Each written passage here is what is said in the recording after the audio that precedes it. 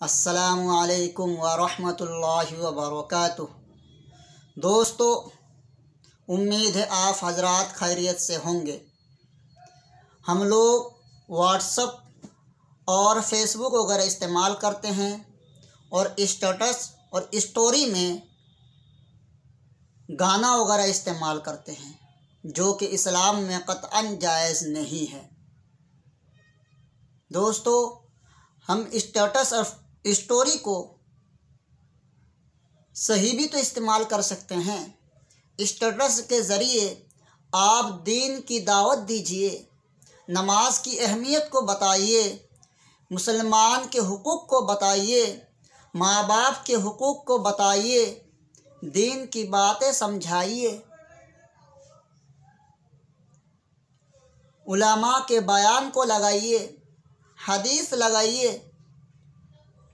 खामोखा बिला वजह गुनाह करके क्या फ़ायदा है। हम खुद भी गुनाह करते हैं, खुद भी गाना लगा के म्यूज़िक डाल के गुनाह में मुब्तला होते हैं और दूसरों को भी मुब्तला करते हैं। दोस्तों, इसलिए हमें चाहिए कि हम स्टेटस और फेसबुक के इस स्टोरी को सही इस्तेमाल करें। अल्लाह ताला हम सभी को सही समझ अता फ़रमाए और सिरात मुस्तकीम पर चलने की तौफ़ीक अता फ़रमाए। आमीन। अस्सलामु अलैकुम व रहमतुल्लाहि व बरकातुहू।